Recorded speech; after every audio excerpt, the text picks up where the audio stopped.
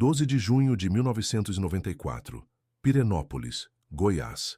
Enquanto a cidade festejava o Dia dos Namorados, o jovem casal Márcio Quintana, 24 anos, e Denise Castro, 22, foi visto pela última vez caminhando de mãos dadas em direção a uma chácara nos arredores. Na manhã seguinte, o carro deles apareceu estacionado na estrada de terra, mas nenhum dos dois foi encontrado. O cheiro de pequi e mandioca assada ainda pairava no ar da Praça Central, quando Lívia Amaral viu os amigos pela última vez. Era por volta das 9 da noite, e as ruas de pedra brilhavam sob a luz amarelada dos lampiões coloniais. Márcio usava uma camisa xadrez azul que Denise havia dado de presente no aniversário dele, 3 meses antes. Ela estava radiante em seu vestido florido, o cabelo castanho solto balançando, enquanto ria de alguma piada que só os dois entendiam. "Vamos dar uma volta na chácara do tio Osvaldo", disse Márcio para Lívia, apontando para essa estrada de terra que cortava os campos de arroz além da Igreja do Rosário. "A lua está linda hoje, e Denise nunca viu as estrelas de lá de cima." A chácara ficava a cerca de 5 quilômetros do centro, uma propriedade simples com casa de tijolos aparentes e um terreno que se estendia até uma pequena colina coberta de cerrado. Tio Osvaldo, irmão mais velho do pai de Márcio, havia construído o lugar nos anos 70 como refúgio de fim de semana. Poucas pessoas conheciam os caminhos que levavam até lá, apenas a família e alguns amigos próximos. Márcio dirigia um Fusca branco, 1987, herança do avô, que todos na cidade reconheciam pelo barulho característico do motor e pela pequena amassado no para-choque traseiro. O casal costumava usar o carro para passear pelas fazendas vizinhas nos fins de semana, sempre voltando antes da meia-noite para não preocupar as famílias. Naquela noite, porém, algo mudou. Dona Olga Castro, mãe de Denise, esperou acordada até as 2 da madrugada. Preparou café 3 vezes, caminhou até a janela da sala dezenas de vezes e chegou a ligar para a casa dos Quintana 2 vezes. Do outro lado da cidade, Sebastião Quintana, pai de Márcio, também não conseguia dormir. Conhecia o filho, pontual, responsável, jamais desapareceria sem avisar. Quando o sol nasceu sobre os morros de Pirenópolis na manhã de 13 de junho, o Fusca branco estava estacionado no acostamento da estrada de terra, a exatos 2,3 quilômetros da entrada da chácara do tio Osvaldo. As portas estavam fechadas, as chaves tinham sumido e não havia sinais de luta ou violência. Dentro do carro, a bolsa de Denise estava intacta, com dinheiro e documentos. No banco traseiro, uma manta xadrez estava dobrada com cuidado, a mesma que eles sempre levavam para sentar no campo e observar as estrelas. Mas Márcio e Denise haviam desaparecido como se nunca tivessem existido. A notícia do desaparecimento se espalhou por Pirenópolis como o vento seco do cerrado. Em uma cidade onde todos se conheciam desde criança, onde os segredos duravam apenas o tempo de uma conversa na padaria, a ausência de Márcio e Denise criou um vazio que ninguém conseguia explicar. Sebastião Quintana era respeitado na cidade. Trabalhava há 15 anos como gerente da cooperativa de arroz e conhecia cada fazendeiro da região.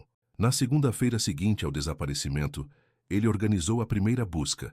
30 homens a cavalo percorreram cada trilha, cada grota, cada córrego, num raio de 10 quilômetros. Encontraram rastros de boi, fezes de capivara, ninhos de bem-te-vi abandonados, mas nenhum sinal dos jovens. Dona Olga Castro não saía mais de casa. Sentava na cadeira de balanço da varanda, bordando toalhas que nunca termina, esperando ver a filha dobrar a esquina com aquele sorriso largo que iluminava qualquer ambiente. Vizinhas traziam sopa de mandioca e biscoito de polvilho. Sentavam ao seu lado em silêncio, porque não havia palavras para aquela dor. Eles fugiram juntos, sussurravam alguns na feira livre de sábado. Devem estar em Goiânia ou até mesmo em São Paulo. Jovem apaixonado faz dessas coisas. Mas quem conhecia Márcio e Denise sabia que isso era impossível. Ele havia acabado de ser promovido no banco onde trabalhava e falava em comprar um terreno para construir uma casa. Ela cursava o último ano de magistério na escola estadual e sonhava em dar aulas para crianças. Eram um casal com os pés no chão.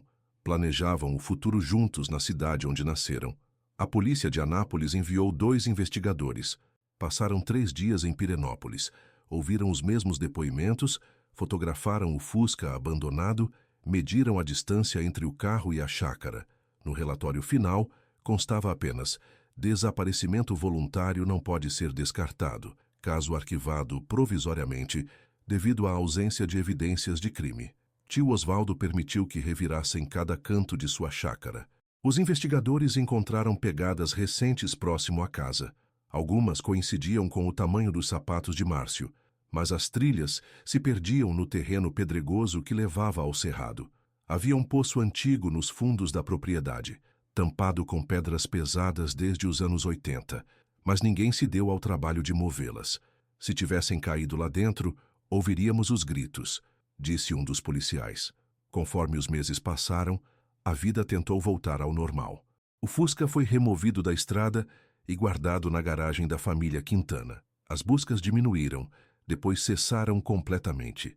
Sebastião continuou saindo nos fins de semana para procurar o filho, mas agora caminhava sozinho, carregando nas costas o peso de um mistério que consumia suas forças.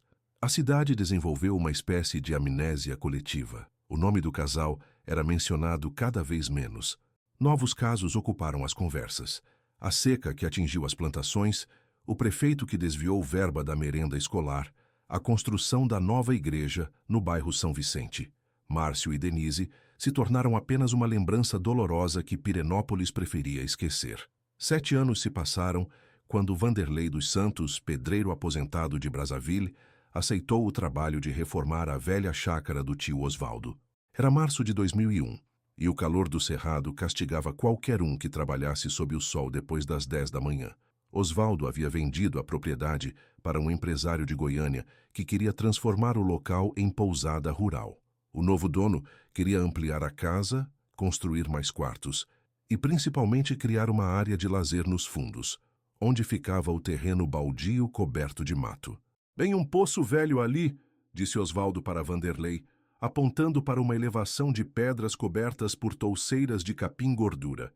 "Está tampado há mais de 20 anos. É melhor você aterrar aquilo antes de começar a obra." Vanderlei trabalhou sozinho na manhã de 15 de março.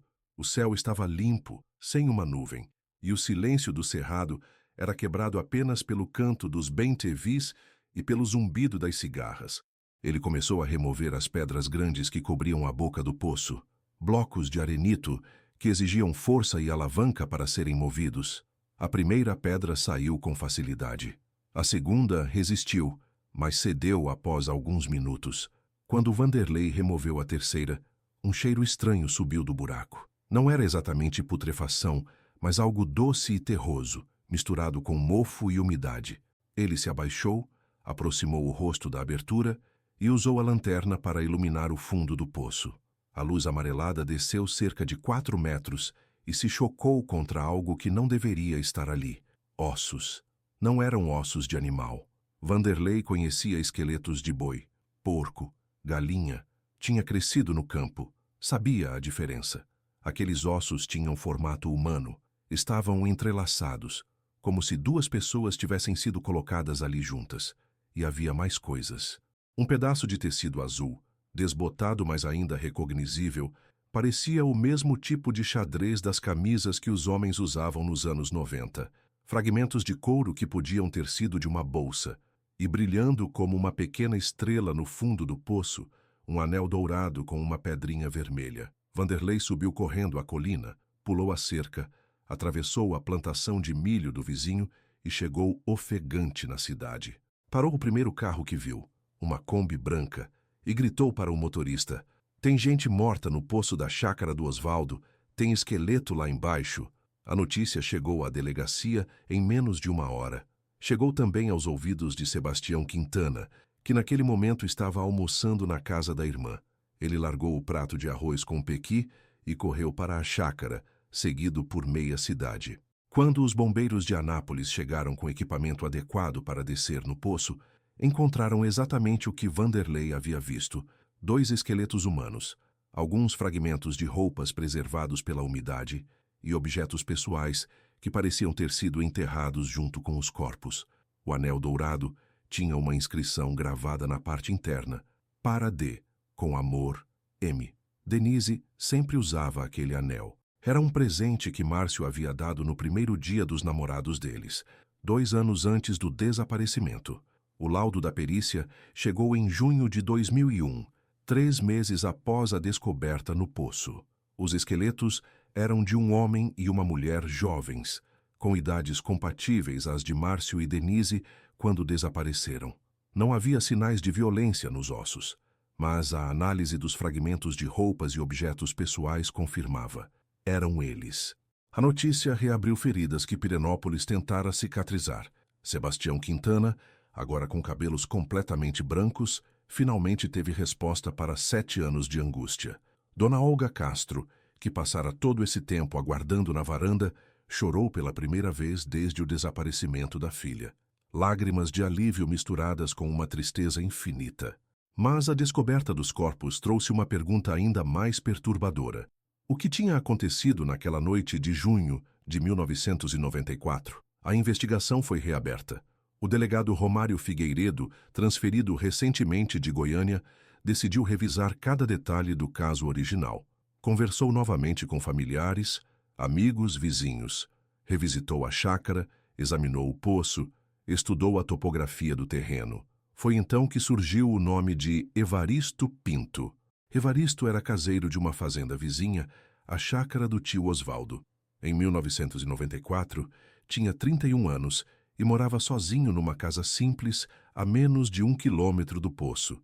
Era conhecido na região como homem calado, trabalhador, mas com fama de meio estranho.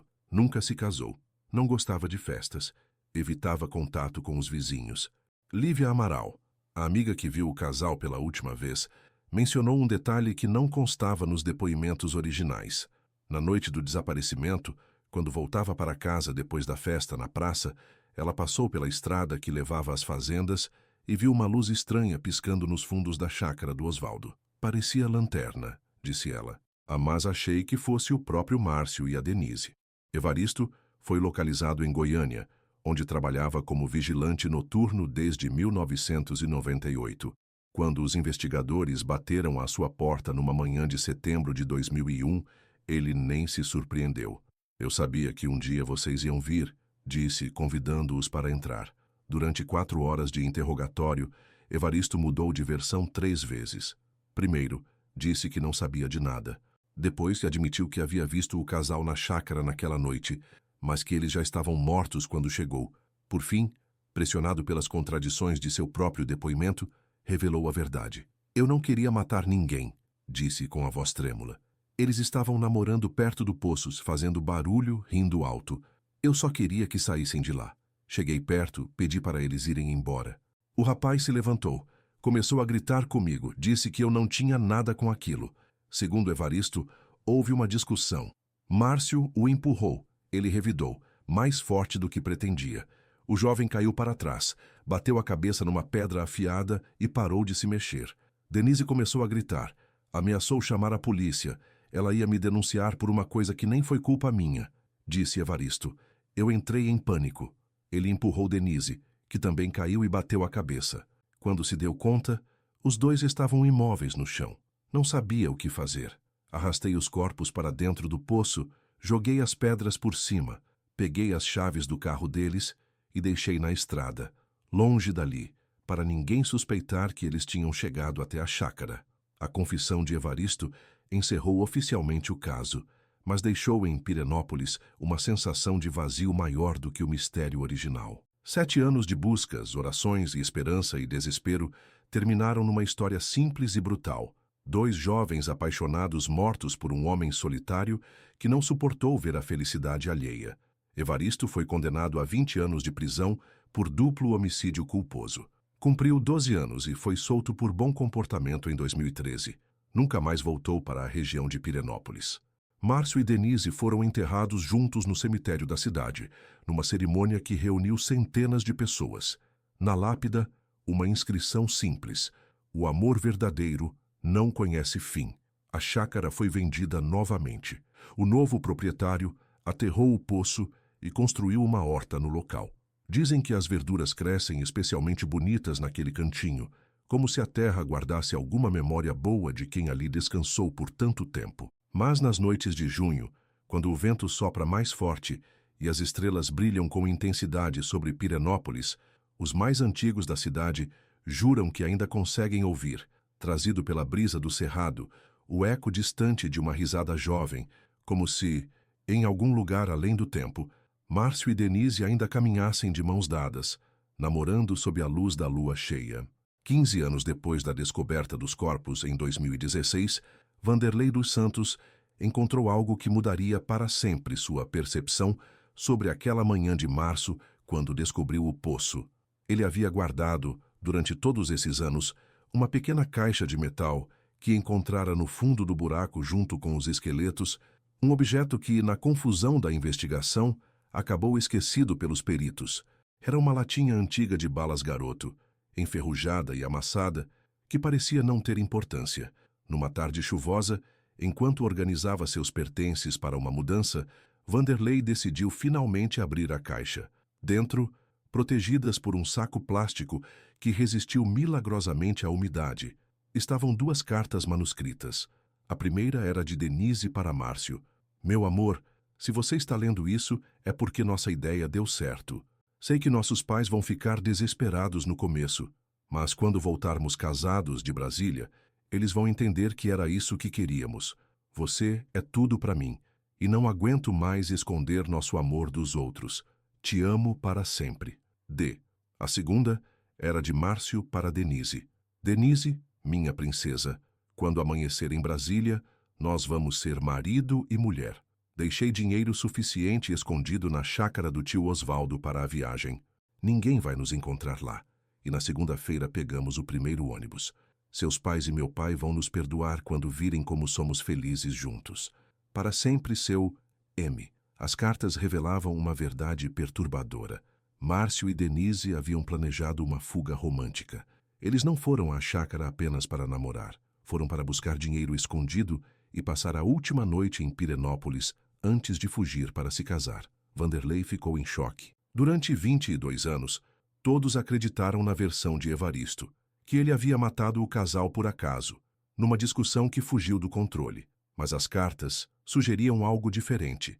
Ele procurou o delegado Romário Figueiredo, já aposentado, e mostrou a descoberta.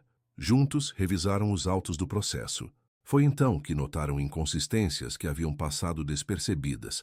Evaristo disse que eles faziam barulho, rindo alto, mas as cartas mostravam que estavam numa missão secreta, tentando não chamar atenção. O caseiro afirmou que Márcio o empurrou primeiro, mas Márcio era franzino, pesava 15 quilos a menos que Evaristo. Mais importante, Evaristo sabia exatamente onde estava o dinheiro escondido na chácara, informação que só o casal conhecia. Romário reabriu discretamente a investigação. Descobriu que, em 1994, Evaristo passava por graves dificuldades financeiras. Sua mãe estava internada em Goiânia com câncer e ele devia 3 meses de aluguel da casa onde morava. A nova teoria era chocante. Evaristo não matou por acaso. Ele sabia do dinheiro escondido e da fuga planejada pelo casal. Mas como ele sabia? A resposta veio através de Benedita Santos, prima de Evaristo, que morava em Pirenópolis.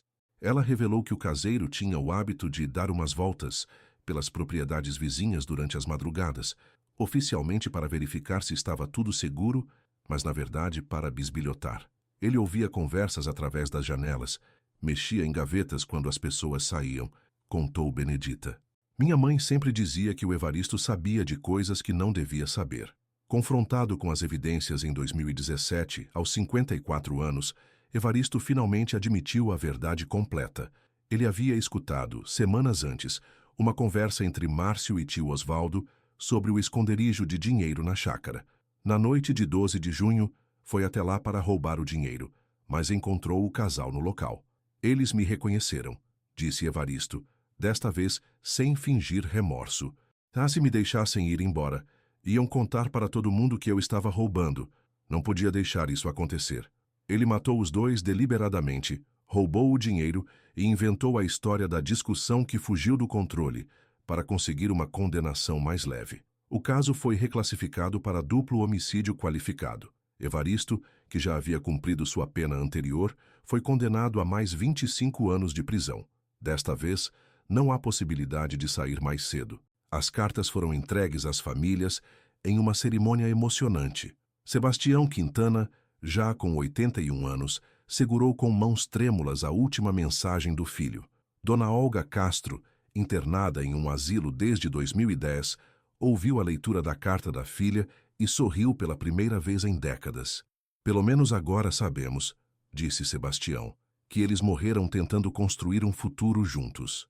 Morreram por amor. A descoberta das cartas trouxe uma estranha sensação de completude para Pirenópolis. O mistério que assombrou a cidade por mais de 2 décadas finalmente tinha todas as suas peças no lugar. Márcio e Denise não foram vítimas do acaso. Foram vítimas da ganância de um homem que preferiu destruir 2 sonhos jovens a enfrentar suas próprias dificuldades. Hoje, no local onde ficava o poço, cresce um pé de peque plantado pelos familiares. Todos os anos, no Dia dos Namorados, aparecem flores frescas embaixo da árvore. Ninguém sabe quem as leva, mas os moradores da cidade preferem acreditar que o amor verdadeiro ainda encontra uma forma de florescer, mesmo depois de tanto tempo enterrado.